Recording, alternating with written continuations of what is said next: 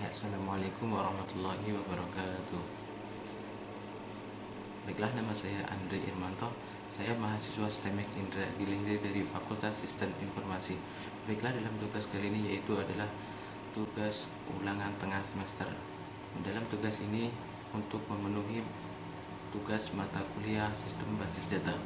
Tugas yang pertama yaitu pertanyaannya adalah apa tujuan dari penggunaan basis data dan sebutkan jenis bahasa basis data.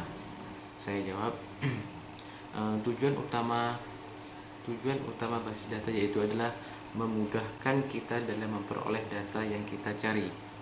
Baiklah, jawab, tujuan utama basis data merupakan untuk dapat memudahkan kita dalam memperoleh data yang kita cari. Kemudahannya yaitu adalah kemudahan dalam menyimpan, mengedit ataupun memanipulasi serta dapat melihat data.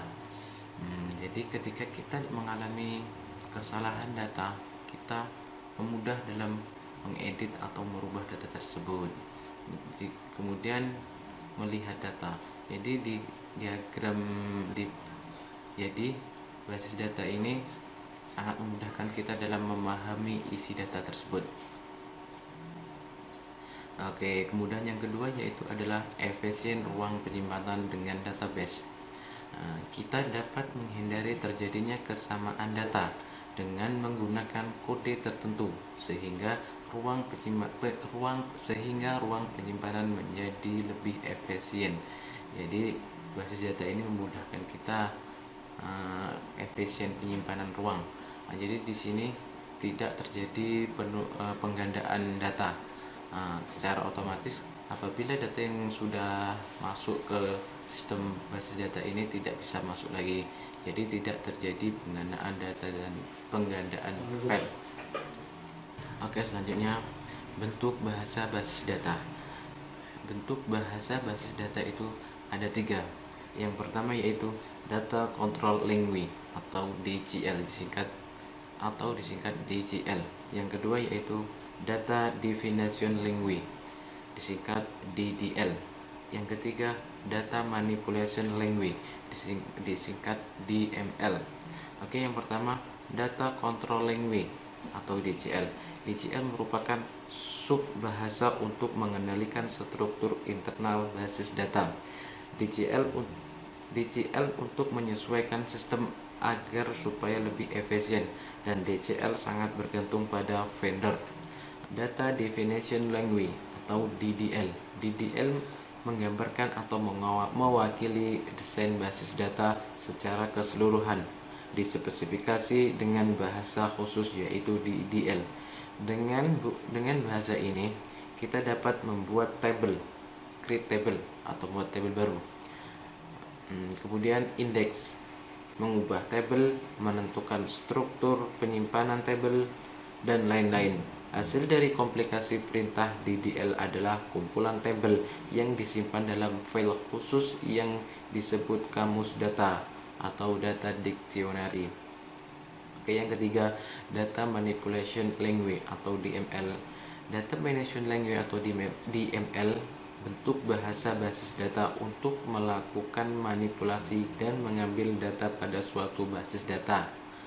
Manipulasi data pada database dapat berupa: satu, menyisipkan atau menambahkan data pada file; yang kedua, menghapus data pada file; yang ketiga, mengubah data pada file; yang keempat, penelusuran pada file.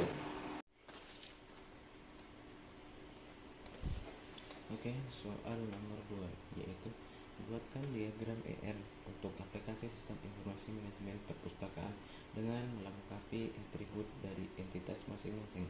Yang pertama entitas buku, yang kedua entitas anggota, yang ketiga entitas petugas, dan yang keempat entitas peminjaman. Gambaran diagram ER-nya adalah seperti ini. Yang di sini terdapat 4 entitas: buku, petugas, anggota, dan peminjam. Baik, yang buku, entitas buku dihubungkan dengan garis menuju atribut yang terdapat 4 atribut. Ada atribut ID buku, judul buku, pengarang, penerbit. Kemudian dari entitas buku terdapat garis yang menghubungkan ke relasi, yaitu relasi mendata. Di sini ada simbol M, yaitu many to many, di mana entitas buku ini hanya dapat menghubungkan entitas. Di sini terdapat simbol M, yaitu maksudnya itu adalah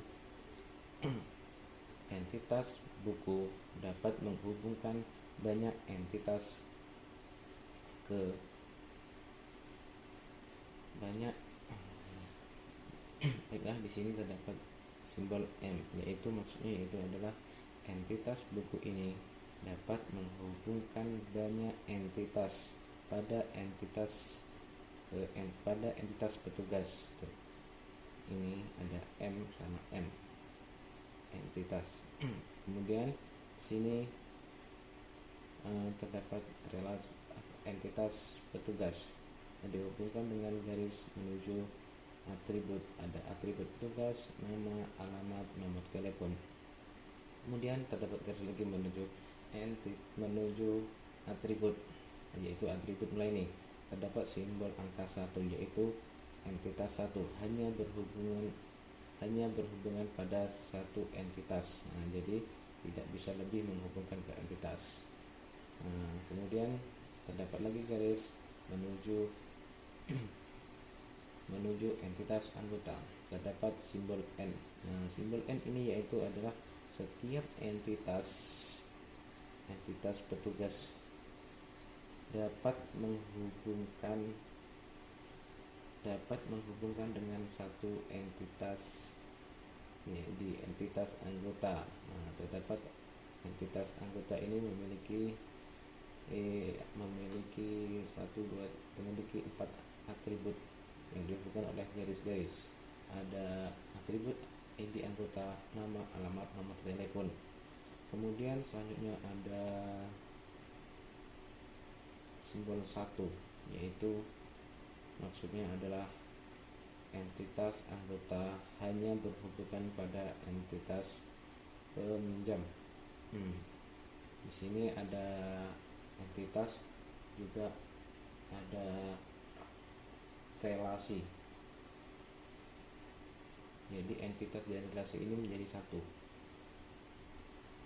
Kemudian ada garis yang menghubungkan dari entitas atau relasi ini ke atribut. Ada atribut nomor telepon, alamat, ID anggota, ID buku, jumlah. Mungkin sedikit penjelasan tentang diagram ER. Kemudian tabel. Ada tabel. Di sini penjelasan tabel. Dari tabel 1 yaitu tentang entitas 1 ya, entitas buku. Ada ID buku, contoh judul buku, pengarang, penerbit.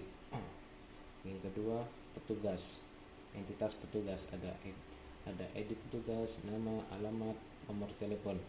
Yang ketiga, entitas anggota ada ID anggota, nama, alamat, dan nomor telepon.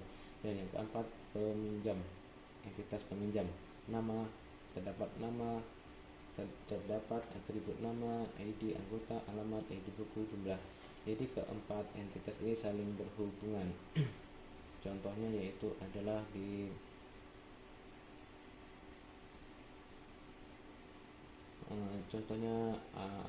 nomor 3, di nomor 4 ini terdapat peminjam nama.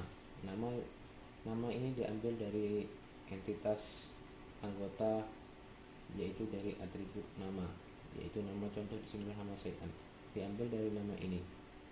Ada nama Sai'an di sini. Kemudian ada ID anggota. ID anggota ini diambilkan dari entitas anggota dari atribut ID anggota, yaitu menunjukkan ini 112 112. Kemudian ada alamat. Alamat ini diambilkan dari atribut alamat dari entitas anggota. Kemudian ada ID buku. Dari ID buku ini diambilkan dari entitas ID buku dari dari ID buku ini diambilkan dari entitas buku ini diambilkan dari atribut ID buku yang ada pada entitas buku. Contoh seperti ini. Juga sama contoh yang di bawahnya. Ini kemudian meminjam, terdapat jumlah pinjaman. Nah, di sini memberi keterangan berapa jumlah buku yang dipinjam. Oke, ini mungkin sedikit penjelasan dari saya. Kurang dan lebihnya mohon maaf. Mohon pemaklumnya, terdapat banyak kesalahan. Sekian dari saya. Wassalamualaikum warahmatullahi wabarakatuh.